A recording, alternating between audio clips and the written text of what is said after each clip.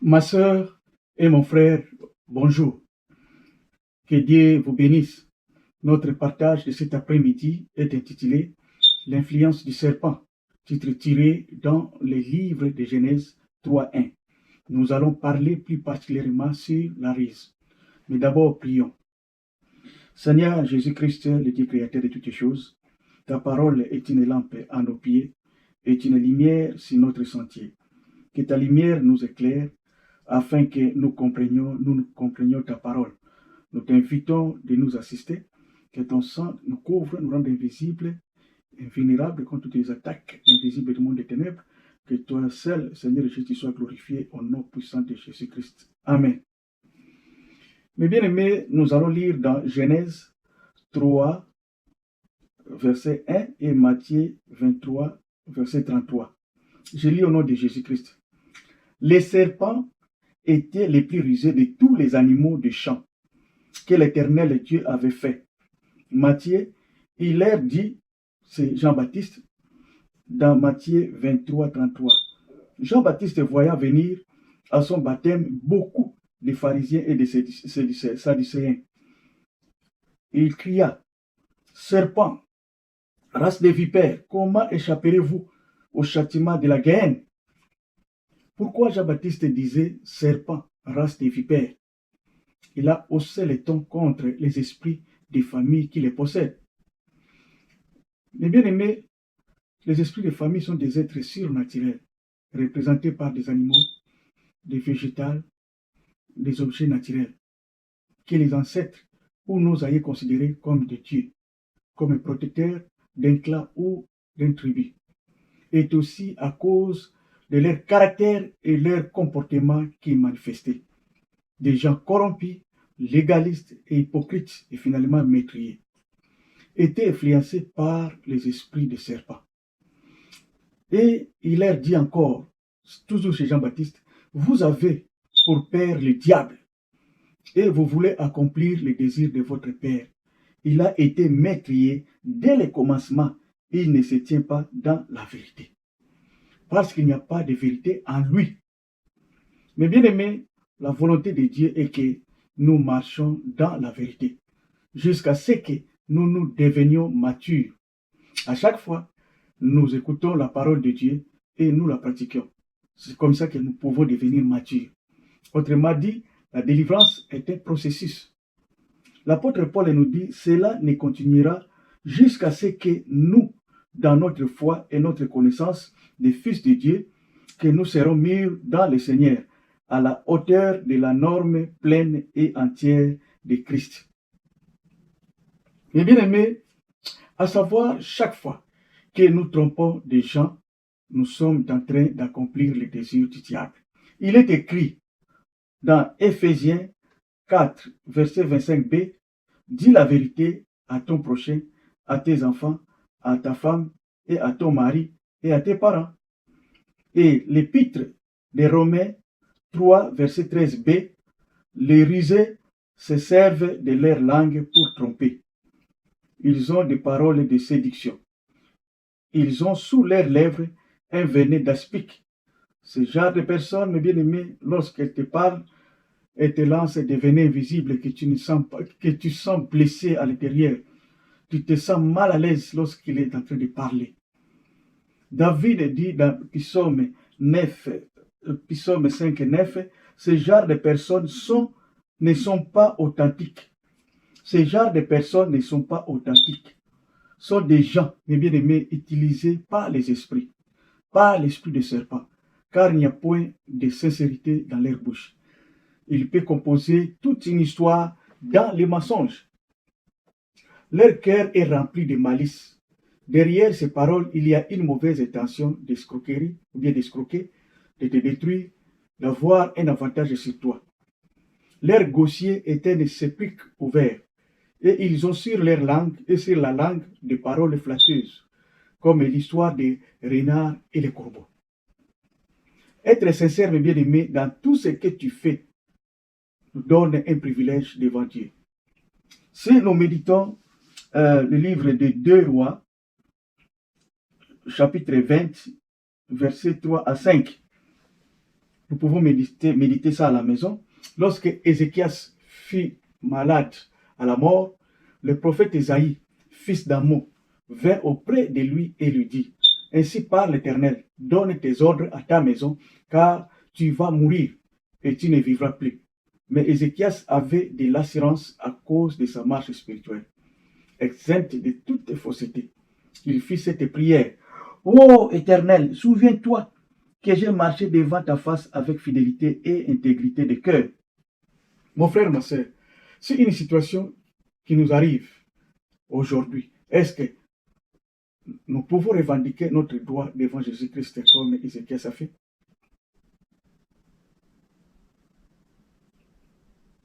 Mes bien-aimés, or la Bible est en train de nous dire chaque jour dans nos vies. L'apôtre Paul est en train de nous dire dans Colossiens 3:8, renoncez à toutes ces choses, à la colère, à l'imminosité, à la méchanceté, à la calomnie, aux paroles déshonnêtes qui pourraient sortir de votre bouche, des paroles de fausseté. Chaque jour, lorsque tu te réveilles dans la prière, il faut mettre ça dans ta prière, le renoncement des mensonges, des ruses, des tromperies, tout ce qui est escroquerie. Il faut renoncer à ça, chasser la parole trompeuse, les paroles frauduleuses. Parce qu'il est écrit dans 1 Pierre 3:10, si quelqu'un en effet veut aimer la vie et voir des jours heureux, qu'il préserve sa langue du mal et ses lèvres des paroles trompeuses. Que Dieu veut nous dire par là? Avoir une vie sans stress en Jésus-Christ, pas de dépression, pas de troubles ni de désolation. Il faut te préserver. Il faut préserver ta langue des paroles mensongères, d'escroquerie. Mais bien aimé, cette dépendance à la ruse qui nous amène à des malédictions. Qu'à mesure que la ruse ait considérablement augmenté son taux d'influence. Que dit Paul concernant cette situation? Nous pouvons méditer la parole de Dieu sur Colossiens 2:8 et 2 Corinthiens 11:1-3. Paul est en train de nous mettre en garde. Prenez garde que personne ne fasse de vous sa proie par la philosophie et par une vaine tromperie, s'appuyant sur la tradition des hommes, sur les rudiments du monde et non sur Christ. 2 Corinthiens, car je suis jaloux de vous d'une jalousie de Dieu, parce que je vous ai fiancé à un seul époux pour vous présenter à Christ comme une vierge pure. Toutefois, de même que le serpent séduisit Ève par sa ruse, je crains que vos pensées ne se corrompent et ne se détournent de la simplicité à l'égard de Christ, la parole de Dieu. Mais bien aimé, la mauvaise compagnie corrompt les bons caractères. Évitons la source de tentation de peur que nous ne nous habituions à leur sentier et que nous ne devenions un piège pour notre âme. Assurons-nous que personne ne nous amène captifs à travers une philosophie creuse ou trompeuse qui dépend de la tradition humaine et des principes fondamentaux de ce siècle présent, plutôt que de Christ. L'apôtre Paul nous a fortement mis en garde contre le fait de croire à la fausseté. Nous pouvons nous faire piéger, nous faire prisonniers, nous faire capturer ou emporter. Actuellement, les gens utilisent des tactiques de séduction. Nous devons veiller à ce que nous ne laissons pas séduire et se faire capturer. Des millions de personnes à travers le monde utilisent des sites et des applications de rencontres en ligne. Et il y a beaucoup d'histoires de récits de personnes qui trouvent l'amour et la compagnie en ligne. Mais en plus de succès, il y a aussi des escroqueries aux rencontres en ligne. Et celles-ci sont en os. Des escroqueries des rencontres en ligne, également connues sous le nom d'escroqueries romantiques ou de fraudes romantiques, ont lieu lorsque quelqu'un croit avoir établi une connexion ou une correspondance via un site ou une application de rencontres en ligne. Mais la personne à qui il parle est en effet un escroc utilisant un faux profil. L'escroc manipule ou marie l'autre personne pour gagner sa confiance ou au fil du temps, afin qu'il puisse soit lui demander de l'argent, soit obtenir suffisamment d'informations personnelles à son sujet pour voler son identité. En anglais, on les appelle les scams. Ce type de crime est en os. En 2016, la Fédérale Trade Commission des États-Unis a reçu 11 235 plaintes concernant les escroqueries, des rencontres et des romances. En 2020, ce chiffre était passé à 52 593. Les pertes dues à des escroqueries aux rencontres en ligne aux États-Unis ont dépassé au moins 300 millions de dollars en 2020. Au Royaume-Uni, les chiffres équivalents étaient de 68 millions de livres sterling. La pandémie de coronavirus qui a empêché les réunions en personne et conduit les gens à passer plus de temps en ligne, a fourni des conditions que les escrocs romantiques pourraient exploiter. Et bien aimé, alors que n'importe qui peut être victime d'escroquerie romantique, les personnes âgées subissent souvent une perte financière plus lourde. Les escrocs ciblent les personnes âgées parce qu'ils sont plus susceptibles d'avoir des actifs tels que des fonds de retraite ou des maisons qu'ils peuvent voler. On pense qu'environ les 2/3 des victimes de fraudes amoureuses sont des femmes, avec un âge moyen de plus de 50 ans. La fraude aux rencontres en ligne est particulièrement cruelle, car elle joue sur les émotions des gens. Cet aperçu explique les escroqueries des rencontres en ligne courantes. Mais bien aimés, dans de telles circonstances, le Seigneur nous donnera la victoire si nous sommes toujours connectés avec lui.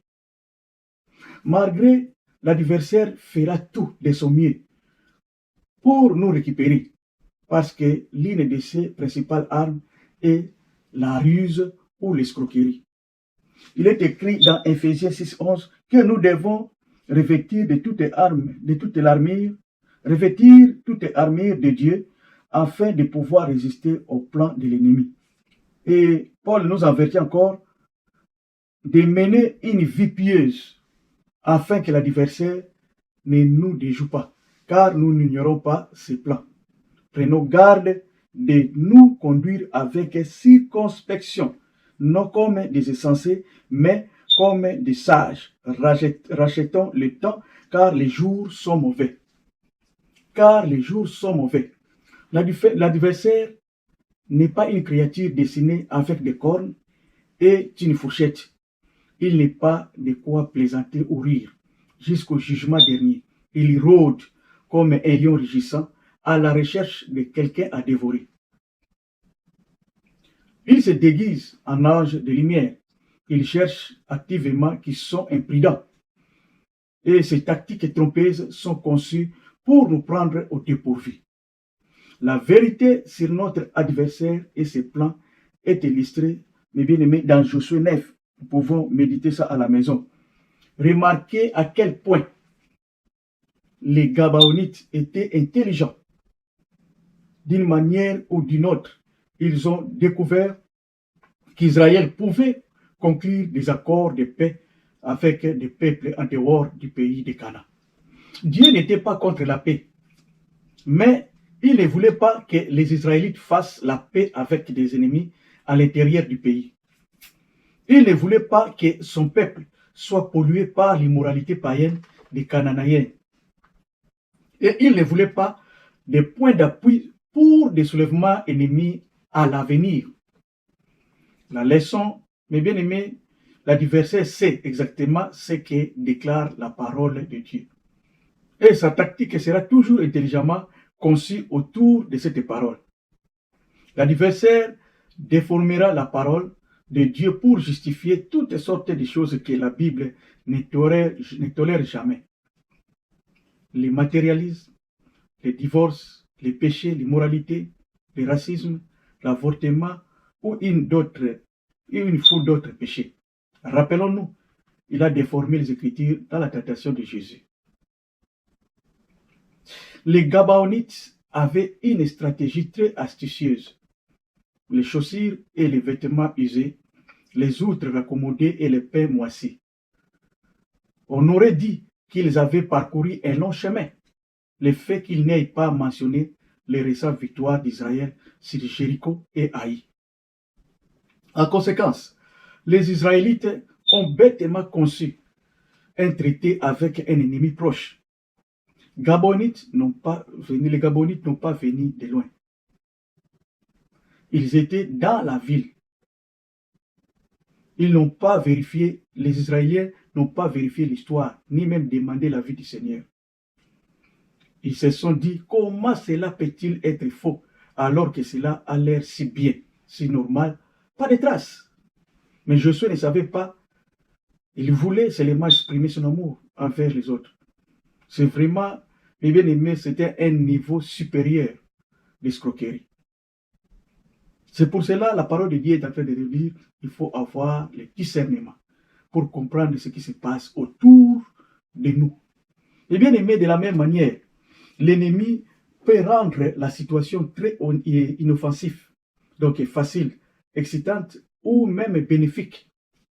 Certaines dénonciations au culte, par exemple, peuvent sembler impressionnantes et très bibliques. Ils ont des services religieux édifiants et des dirigeants remplis d'esprit, mais avons-nous soigneusement vérifié ces groupes avant d'y aller là-bas? Ésaïe 58, 11a est en train de nous dire « L'Éternel sera toujours ton guide. Il sera toujours ton guide à chaque fois que tu veux prendre une décision très importante. Il faut que tu pries. Il faut que tu demandes à Dieu. Évitons de prendre une décision à la hâte, des décisions sérieuses à la hâte. Avons-nous fait en sorte qu'il n'y ait pas de connexions ennemies dans tout ce que nous faisons? Des connexions qui peuvent nous détruire plus tard. Nous devons être prudents. Et bien aimés, les Israélites ne comprenaient même pas comment ces gens peuvent les tromper de cette manière. Les escrocs sont toujours comme ça. Faisons attention dans tout ce qui se passe autour de nous. Nous savons par les Écritures que l'ange de lumière a des plans trompeurs. L'ange de l'ennemi. Les moyens les plus efficaces pour nous en croissance d'éviter les stratégies de l'ennemi et de connaître la Bible. Plus nous connaissons vraiment la parole de Dieu, mieux nous serons équipés pour identifier les plans sournois de l'ennemi, alors que nous prions pour la sagesse et le discernement. Le Saint-Esprit peut nous rappeler des Écritures pertinentes. Il est donc important de s'imprégner de la parole chaque jour, tenir un engagement parce que les Israélites avaient fait cette alliance devant le Seigneur. Ils devaient honorer leurs accords avec les Gabaonites. Ils ont dû vivre avec les conséquences de leurs erreurs. Nous avons lu certainement des persécutions tragiques a été manifestée dans la vie des Israélites. Mais bien aimés, nous pouvons prendre des mauvaises décisions et conclure des accords que nous devons respecter, tels que les mariages en est un exemple évident. Dieu attend de nous que nous gardions nos vœux. Si nous faisons un choix imprudent et épousons la mauvaise personne de l'histoire, nous ne pouvons pas simplement revenir en arrière et annuler l'alliance du mariage en obtenant le divorce. Cette alliance du mariage a été conclue devant Dieu. Des contrats pareils, bien des traités pareils, que nous regretterons demain. Israël a dû se battre pour les Gabaonites à cause de leur engagement. C'est difficile à croire, mais nous pouvons finir par aider l'ennemi si nous prenons de mauvaises décisions.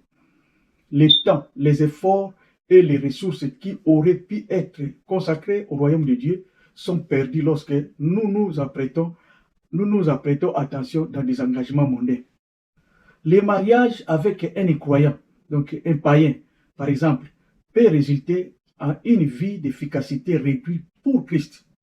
À savoir, derrière un grand serviteur de Dieu, cache une femme forte et zélée, vice-versa. Beaucoup de personnes n'ont pas bien servi le Seigneur à cause de leur conjoint ou conjointe. Mais bien aimé, personnellement, je déteste de rester ensemble avec des risées, des gens qui trompent les gens, des escrocs. En tout cas, je fais un effort pour éviter ce genre de personnes.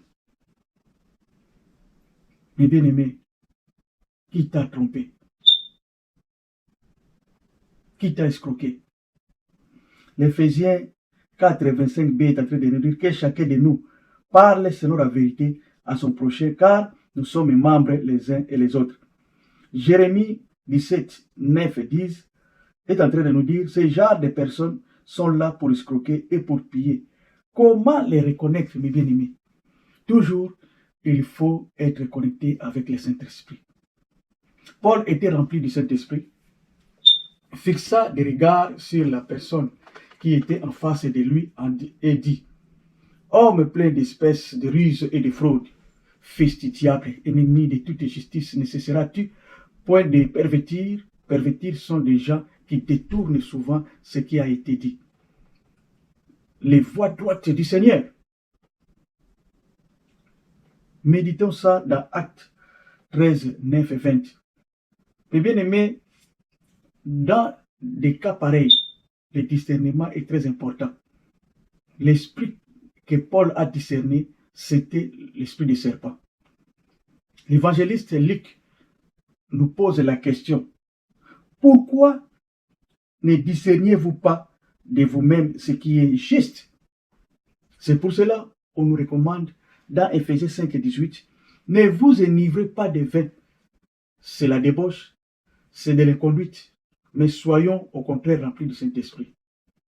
Être prêt à tout moment, parce qu'on ne sait jamais. Gagner sa vie sous l'influence du serpent nous amène la malédiction. Nous pouvons faire tout pour l'embellir, mais les fondements. Parlons un peu sur la maladie de Géasi. Géasi était le serviteur d'Élisée. Chaque jour de la semaine, il était en présence du prophète de Dieu doté de l'esprit, le représentant autorisé de Dieu. Géasi a pu observer le style de vie de cet homme de Dieu dont le privilège était d'entrer jour après jour dans la présence du Seigneur et de recevoir de lui des instructions. Géasi assistait fréquemment à ces sessions au cours desquelles Élisée enseignait aux fils des prophètes les choses de Dieu. Il avait été témoin de l'extraordinaire guérison de Naaman. Géasi avait vu le cadavre du fils de la femme sunamite ressuscité. Il avait vu le fleuve Jourdain s'ouvrir comme la mer Rouge qu'Élisée le frappa avec les manteaux d'Élie. De quel privilège Géasi avait joui? Quel bon effet ont eu ces privilèges sur le cœur de Géasi? Pas du tout. Malgré toutes ces opportunités et de grâce, malgré tous les miracles qu'il avait vus et l'enseignement rempli de l'esprit qu'il avait entendu, il a vécu une vie chrétienne non consacrée. Impénitent, donc incorrigible, cupide et incrédule. L'influence du serpent régnait encore dans sa vie. Mais bien aimé, la simple cession des privilèges dans les ministères ne sauvera pas l'âme d'une personne. Nous pouvons avoir des avantages spirituels de toutes sortes. Nous pouvons vivre au plein soleil des opportunités et des moyens de grâce les plus riches. Nous pouvons profiter de la prédication explicative et évangélique, des études bibliques, des réunions de l'Union chrétienne, de l'accès aux meilleurs livres de toute l'histoire du ministère. Nous pouvons être entourés de bons chrétiens, apprécier une vie sainte chez d'autres personnes et profiter de la communion fraternelle avec d'autres frères et sœurs. Tout cela peut être une grande partie de cela était vrai pour Géasi. Et pourtant, à la fin, il est tombé sous le jugement de Dieu. Que nous dit Romains 13:13? Romains 13:13 nous recommande de marcher honnêtement comme en plein jour. Et Luc 19, 1 à 10, il est en train de nous dire, marchons honnêtement comme en plein jour. Mes bien-aimés, marchons honnêtement comme en plein jour. Nous pouvons partager en quelques lignes l'histoire de Zachée. Zachée était un percepteur d'impôts, connu pour sa richesse, probablement en étant malhonnête et en gardant une partie de l'argent des impôts pour lui-même. Mais un jour, Jésus est venu dans la ville de Zachée et Zachée a eu la chance de le rencontrer. En fait, Jésus est allé chez lui. Ce que Zachée a fait ensuite était incroyable.